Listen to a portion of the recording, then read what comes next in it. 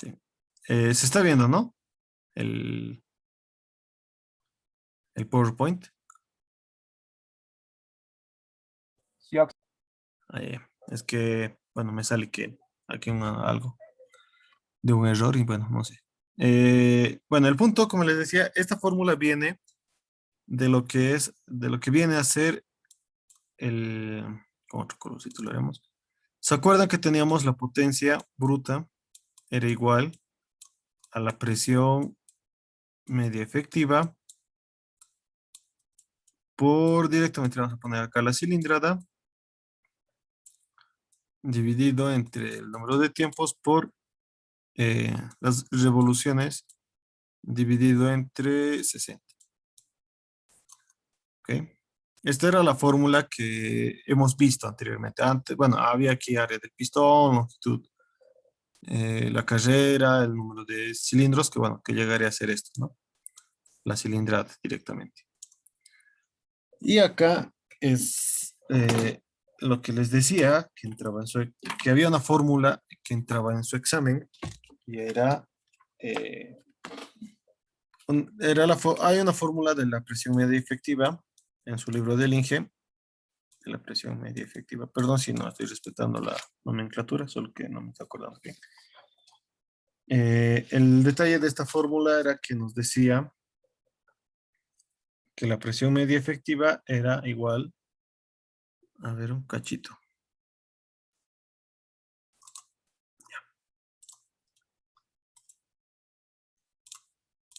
Aquí lo vamos a hacer.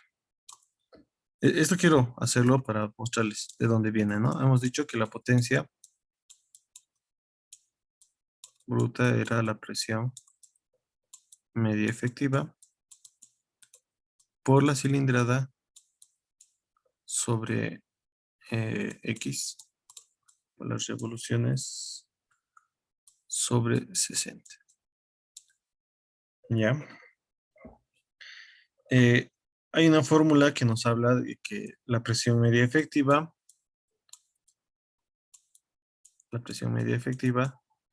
viene a ser lo que es el poder calorífico de la mezcla, que es lo que tenían que utilizar en su examen, por si acaso, por el rendimiento térmico, creo, el rendimiento cualitativo y el rendimiento mecánico. ¿Ok? Y esto de acá, el poder calorífico de la mezcla es igual a lo que es la densidad del aire por el poder calorífico inferior. Para serles honesto, le tuve que preguntar siempre al Inge cómo había que resolver esto, porque ni yo me estaba dando cuenta, ¿no? Como les dije, estaba rudo su examen. El rack estequiométrico, ¿ya? Eh, todo esto se reemplaza en lo que se reemplaza acá. Esto lo reemplazamos, ¿no? Acá y esto acá. Y vamos a tener que la potencia bruta es igual a reemplazando esto acá, vamos a tener la densidad del aire por el poder calorífico inferior sobre el exceso de aire. Esto en realidad en su libro está como eh, lambda, pero esto es alfa, ¿ok? Por el rack estequiométrico. No olvidemos que esto de acá es el rendimiento efectivo. Así que esto va a ser el rendimiento efectivo. Ah, está mal. Ya. El rendimiento efectivo por la cilindrada por las revoluciones sobre X y 60. ¿Ya? De ahí es que viene esta ecuación. Aquí directamente ponemos los datos que podríamos tener a simple vista. Y si se dan cuenta, es el mismo de acá, la misma fórmula que tenemos acá atrás. La fórmula que tenemos acá atrás es la misma que esta. Ya, de ahí es que viene, no es que sea una fórmula más, sino que es una fórmula, digamos, introduciendo todos los datos importantes, ¿ya? Eh, Vamos a eliminar esto. Así que, bueno, aquí está, digamos, todo explicado. Aquí está la cilindrada, si es que necesitan esta fórmula. Esto lo vamos a utilizar, como les dije, a partir de todo el semestre. Esto es el pan de cada día, va a ser ahora.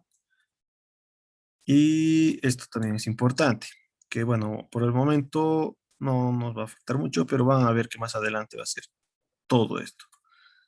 Acá también nos dice cuánto vale X. Y bueno, comencemos. Eso era la parte, digamos, introductoria. Acá hay algo que se les va a pasar también esto. Y aquí está las unidades con las que tienen que trabajar, ¿ok? Esta fórmula. Acá, bueno, está con volumen desplazado y número de cilindros. Así lo van a encontrar también en algún, ¿cómo se dice? Ah, y el rendimiento volumétrico, en la explicación se me olvidó, el rendimiento volumétrico, que también está en la fórmula, ¿ya? Eh, bueno, pero como les decía, esto es lo que van a encontrar en algún formulario, con volumen desplazado y número de cilindros, y esta es la que mayormente usamos, ¿no?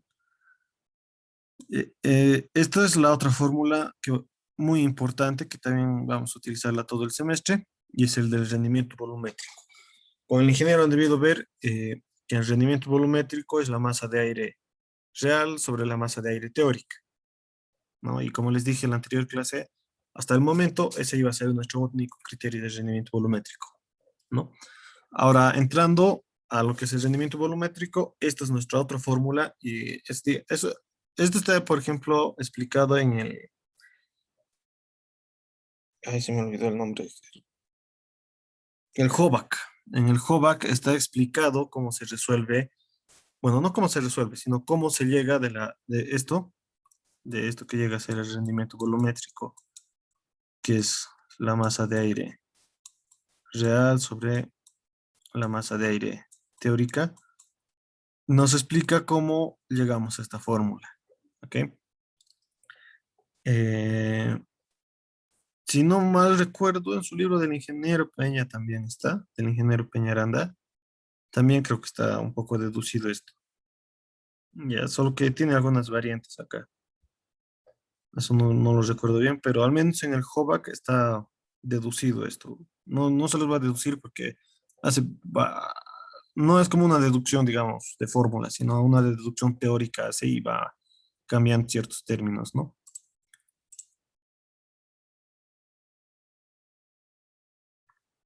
Bien, acá está explicado en qué unidades tienen que trabajar. Esto es muy importante ya porque muchas veces introducimos en otras unidades y obviamente no nos va a salir, ¿ya? Aquí también está lo que es la transformación, las transformaciones que necesitamos. Y aquí está, como les decía, en nuestra fórmula del rendimiento, perdón, de la presión media efectiva tenemos el rendimiento volumétrico más, ¿ya? Eso más faltaba incluir en nuestra fórmula. Ahora sí, resolvamos unos ejercicios. Este es el ejercicio, digamos, un poco, vamos a repasar un poco lo que hacíamos anteriormente con lo que vamos a hacer ahora, ¿ya? Anteriormente hemos visto eh, que ya no resolvíamos ciclos, sino directamente entrábamos a lo que son potencias, torques, ¿no? Sin necesidad de resolver el ciclo. Y bueno, recordando un poco eso, nos dice la pregunta que tenemos un motor de combustión interna de dos cilindros y cuatro tiempos. Utiliza un combustible de 39 megajoules sobre kilogramo. El motor consume 9 litros en una hora, girando a 5000 RPM. Si un motor tiene un rendimiento efectivo, calcula el calor aportado, la potencia al freno, el par suministrado, que era muy parecido a su pregunta. Esto creo que ya lo hicimos, pero no lo hicimos. No lo recuerdo. Y es que, bueno, también se me perdió por si acaso lo que es mi mi computador les dije que estaba mal, ¿no? Y bueno, hacíamos de comunicarles, pues, se me murió el disco duro siempre, ¿no? Así que bueno, esto es de lo que pude recopilar, así que pues no recuerdo muy bien de lo que hicimos en la anterior clase, las anteriores clases, pero no recuerdo si hicimos este ejercicio, la verdad, o era de su práctica. Por eso, como les dije, se me perdió toda mi información y pues me llamó interesante volverlo a hacer si es que si es el caso, porque era como de su examen, así también vemos cómo había que hacer, ¿no? En este caso, lo que tenemos que hacer, nos está pidiendo es calcular el calor aportado. Algunos me preguntaban cómo calculamos. El calor aportado, no se olviden que es la masa de combustible por el poder calorífico inferior. ¿Ya? Esto era lo que es el calor aportado. En acá había algo que, bueno, aquí en el ejercicio no está resuelto, pero el calor aportado, nos está pidiendo, me salta la potencia acá. Acá el calor aportado es esto, ¿ya? Y esto nos va a salir en kilojoule sobre, aquí tenemos kilogramo por kilogramo sobre segundo. ¿Ya? Y esto salía kilojoule sobre segundo, que llegaría a ser kilovatio.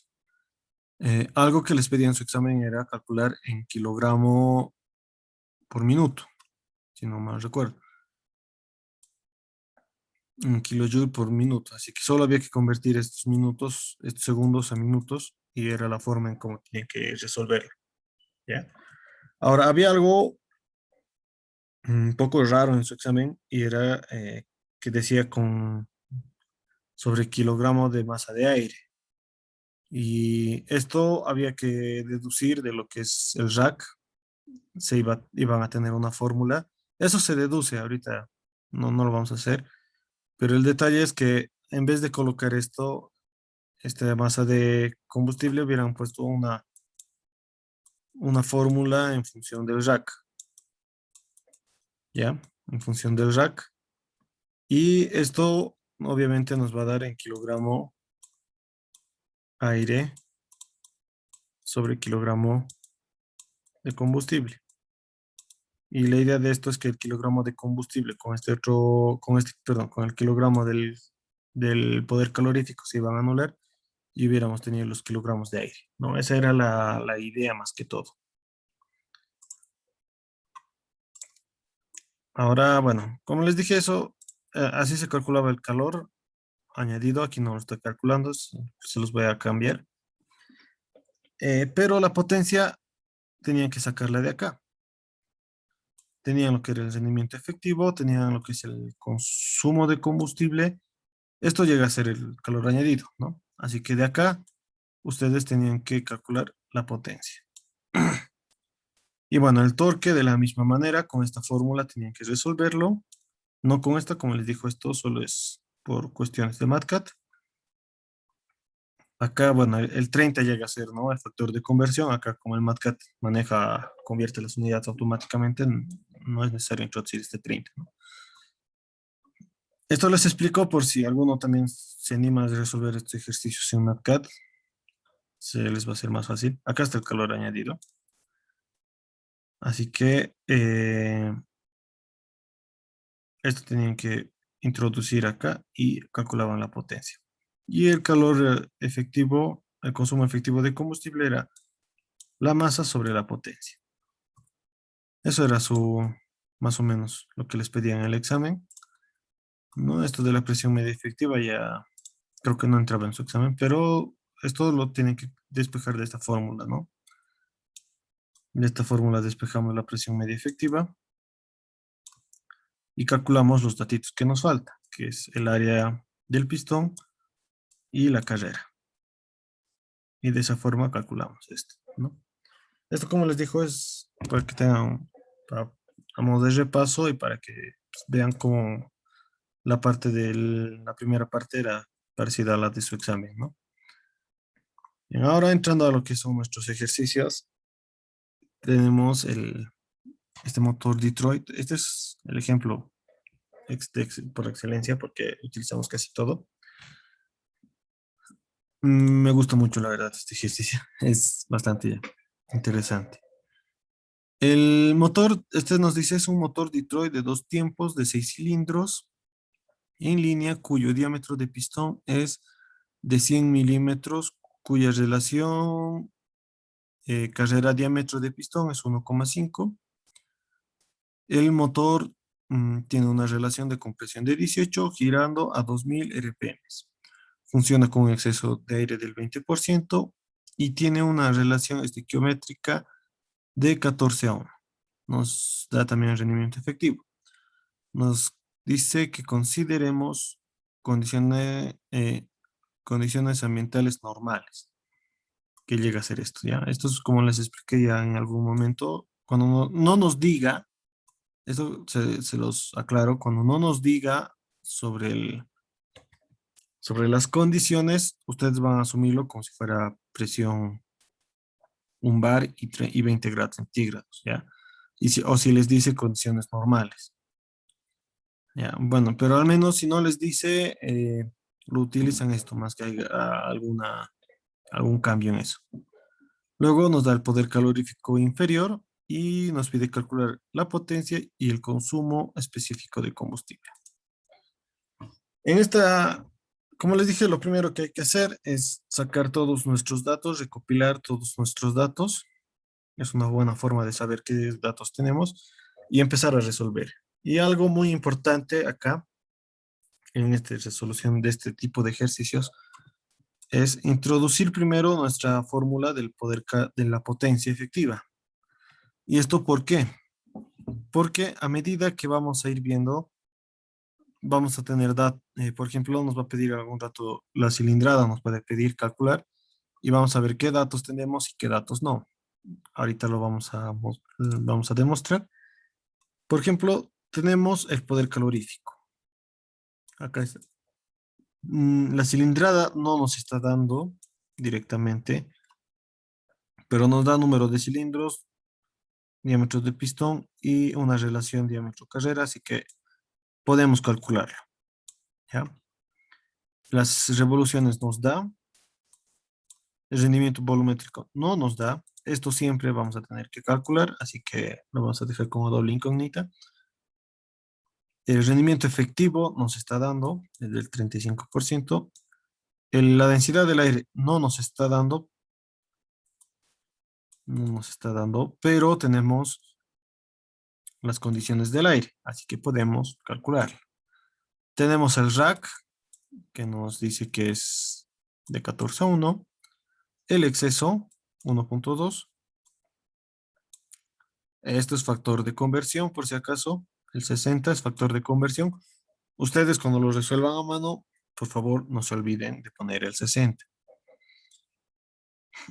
Y el X es la cantidad de tiempos, ¿no? Que nos dice que es un motor de 2 tiempos y lo que llega a ser X1, ¿no? Bien, así que vamos a calcular primero los datos que nos faltan, porque obviamente lo que nos pide es la potencia efectiva, esta no tenemos. Ya. Eh, por cuestiones de dinamismo, se podría decir, si ustedes dudan un poco, la potencia efectiva también es igual a lo que es el consumo de combustible por el poder calorífico inferior por el rack, por el rendimiento efectivo. ¿Ok? Esto es la otra fórmula, pero nosotros no tenemos consumo de combustible. ¿Ya? Así que no podríamos utilizar. Alguna vez tal vez les da consumo de combustible y tienen estos otros datos y es bastante fácil calcular, ¿no? Esto les digo porque en muchos exámenes he visto que les da el consumo, les da la potencia efectiva y el rendimiento y nos perdemos al momento de hacer esto, digamos. Digamos, nos pediría, como les digo, la cilindrada y nos perdemos en que nos falta la potencia, pero se puede calcular de esta forma. Bien, Lo primero que nos faltaba era la cilindrada, así que a calcular la cilindrada. Primero calculamos lo que es la carrera de esta relación, tenemos diámetro de pistón, ¿no? Así que no, nuestra carrera llega a ser 15 centímetros. De la ahora sí podemos calcular la cilindrada. Tenemos diámetro de pistón, carrera y número de cilindros. Y calculamos. Como les dije en algún momento, no es como una recomendación, es más, digamos, como una guía, que lo calculen en centímetros cúbicos. Como en algún momento les mencioné, eh, ustedes hagan esto, calculenlo en centímetros cúbicos, porque ahorita vamos a calcular una potencia y como les dije, una recomendación, eso sí es una recomendación mía, de que ustedes vayan revisando catálogos de motores, ¿ya? Eh, Algo muy importante, digamos, como mecánicos, es que nos vamos a topar siempre, digamos, con alguna maquinaria, algún camión, algo. Por ejemplo, en las mineras se trabaja bastante con camiones, tractores y todo eso, ¿no? Así que, eh, si bien tal vez no seamos del área automotriz, se podría decir, nos vamos a topar con este tipo de máquinas y tienen que saber, digamos, cómo funcionan, ¿no? Así que, digamos, ustedes, a modo de verlo, ustedes revisen catálogos, tal vez de camiones, Catrax, como les dije, tal vez de un auto que les gusta, que, que puede ser, yo qué sé, digamos, un, un Dodge, ¿no? Un Ferrari, digamos. Pero lo que quiero que analicen es los datos que les está dando. Y es la cilindrada respecto al tamaño del motor, ¿ya? Actualmente hay una tendencia enorme sobre de que hay motores bien chiquitos con gran potencia, ¿ya? Y eso se debe a la tecnología metida ahí. Pero para no confundirnos con eso, revisen un poco lo que son de los motores del 2000 hacia abajo, ¿ya? Del 2000 hacia abajo. Porque ya, como les dije, del 2000 hacia arriba hay tendencias de disminuir el tamaño del motor, pero que mantenga la misma potencia. Así que para no confundirnos, digamos, un poco, porque estas fórmulas, digamos, nos sirven también para los motores de ahora, solo que hay que tomar consideración, algunas consideraciones, pero digamos, estas son bastante precisas con motores del 2000 hacia abajo, ¿ya? Así a la ligera, porque se puede utilizar también para los motores de ahora, solo que como les digo, hay que hacer algunas consideraciones, especialmente en la parte de los rendimientos, ¿ya? Eso es una recomendación, revisen catálogos, esa es la recomendación en general. Esto, como les digo, es en centímetros cúbicos para tener una idea de que cuánto nuestra potencia va a estar relacionada a nuestra cilindrada. Y bueno, luego lo transforman a lo que son metros cúbicos. Esto porque en la fórmula necesitamos metros cúbicos. Bien, lo segundo que necesitamos es el rendimiento volumétrico. Así que nos anotamos lo que es el rendimiento volumétrico. En el rendimiento volumétrico tenemos los siguientes datos. La temperatura ambiente. Esto en realidad es la temperatura del aire, ¿ya? Que está entrando al motor. Volvamos a la diapositiva. Aquí les voy a explicar mejor. Acá lo importante,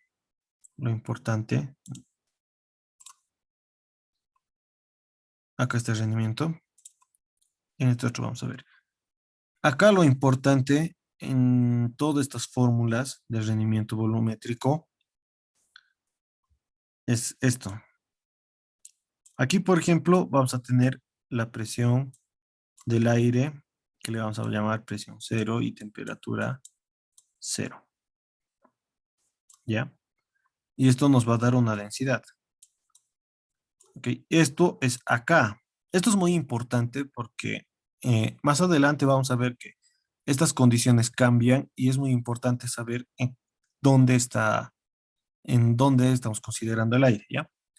Así que esto, como les digo, lo que estoy marcando en verde es acá. Ahora le vamos a cambiar de color y vamos a un azulito. Una vez que entra al motor, una vez que entra al motor, vamos a tener acá digamos, no vamos a tener un delta de presión considerable. ¿ya? Pero sí acá vamos a tener eh, grandes caídas de presión aquí, acá a la entrada, aquí mismo creo que no está. En la siguiente clase vamos a ver algunas consideraciones de la caída de presión. Por el momento vamos a utilizar estas fórmulas, que son de ciclos reales, ¿ya? La presión de admisión. Esta presión de admisión es la presión acá, ya, aquí, en la entrada del motor, ya dentro de la cámara de combustión, se podría decir, dentro ya del cilindro. Esta es la presión de admisión, ¿ya? No esta de acá. Así que en nuestro rendimiento volumétrico, el P0, el T0, la presión y la temperatura son las del ambiente fuera del motor, ¿ya? Y los de la presión, esta es la presión de admisión, es la presión aquí adentro. Y una vez que funcione el motor, por ejemplo, vamos a tener acá gases de combustión todavía, ¿ya? Realmente en los motores no se expulsa todos los gases de combustión. Así que esta presión res es la presión de esos gases residuales que le van a hacer frente a que no entre, digamos, este aire, ¿no? Por eso es que está restando acá. Ya, esa es la explicación del rendimiento volumétrico. Esto que el rendimiento volumétrico, en otras palabras, nos está diciendo que no está entrando todo el aire ideal, ¿no? Por estas consideraciones de que se pierde presión, se pierde los gases residuales, le impiden entrar. Así que por esa razón no entra el 100% del aire al cilindro. Y eso lo vemos reflejado en nuestro ejercicio. ¿Ya? Acá, como les digo, estos son los del ambiente. Así que estos tenemos, y los que tenemos que calcular es la presión de admisión y los residuales, y la caída de presión. Digo, de temperatura, perdón. Así que tenemos dos fórmulas. Tenemos dos fórmulas. Acá está. Que es para 4 tiempos y para 2 tiempos. Esto, por favor, respétenlo, ¿ya?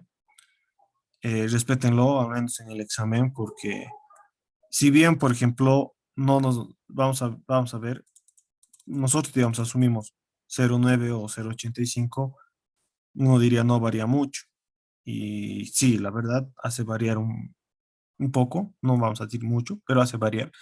El problema es que en el examen el INGE se fija de esto y les va a poner, no les va a bueno, sí les va a descontar un puntaje, pero no les va a poner mal totalmente, ¿ya? Pero esto les va a restar puntitos, ¿ya? Porque es, ¿cómo se podría decir? Falta de criterio en el momento de resolver el ejercicio. Eso es una recomendación, que respeten bien esas formulitas.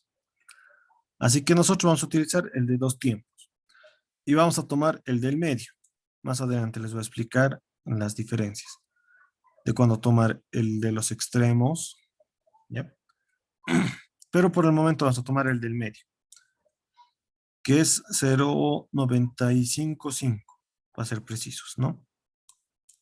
Y calculamos, esto lo multiplicamos por la presión ambiental, la presión del aire en condiciones normales, ¿no? Así que, no, esto sería 0,95 por 1, ¿no? Si se acuerdan, era un bar. Y tenemos 0,95 bar. La presión de los gases residuales para 2 tiempos, 4 tiempos, Otto, diésel, va a ser las mismas, solo que igual vamos a tomar el del medio.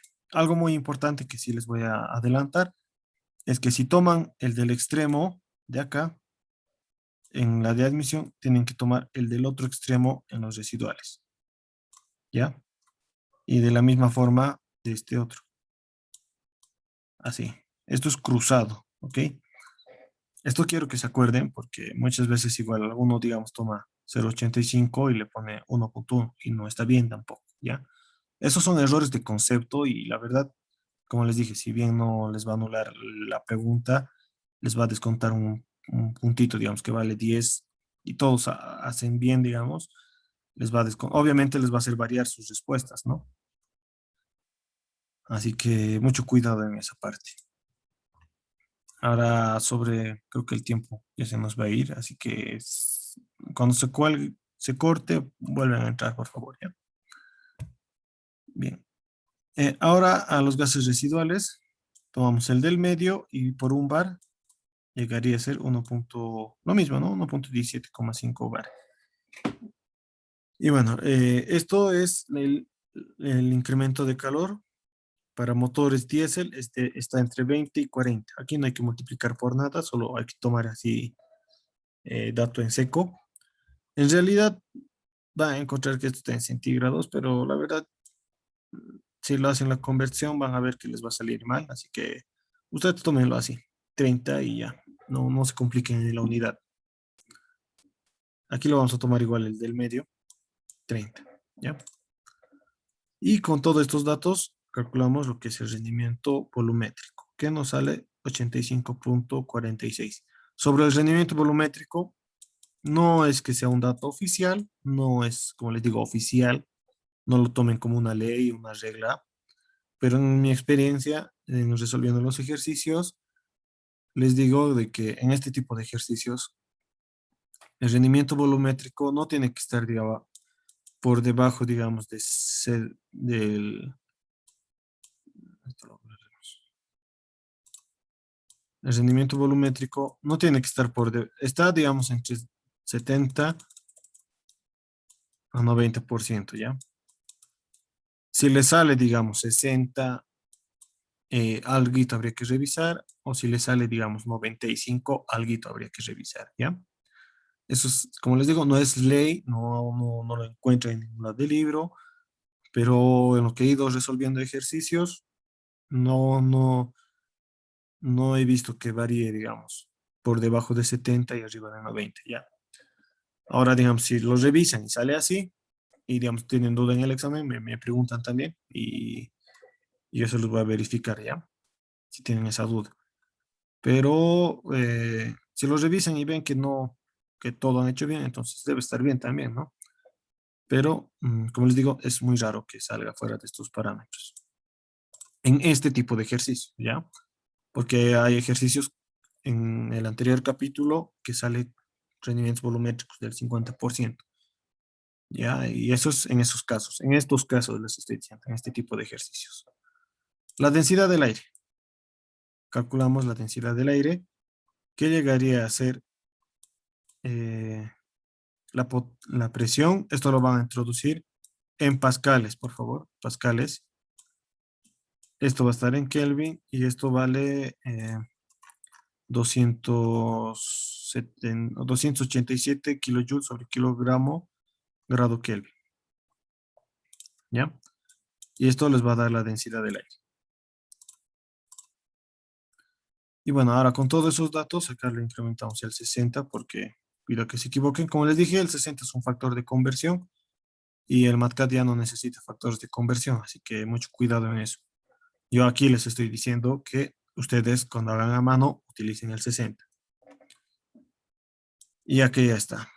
Y nos sale que es de 202 kilovatios. Y si se dan cuenta, está bastante dentro de lo coherente con lo que es un motor de 7000 centímetros cúbicos, ¿ya? Está dentro del parámetro. ¿Ok? Y bueno, la otra fórmula, como les dije, esto vamos a utilizar, es el pan de cada día, el rendimiento efectivo. ¿Se ve, no, lo que anoto? Eso, aclárenme, por favor. ¿Cómo? Sí, sí se ve. Ah, ya. Es que no, como les dije, aquí adelante me sale un, un- un comunicado, así que me llama la atención, ¿no? Así que el rendimiento, perdón, de esta fórmula despejamos lo que es el consumo de combustible y reemplazamos. Esto va a introducir directamente en kilovatios, ¿ya? Y esto va a estar en kilojoule sobre kilogramo. Algo muy importante, por favor, es que el poder calorífico siempre trabajamos en kilojoule, ¿ya? Siempre. Esto, si ven en los ejercicios,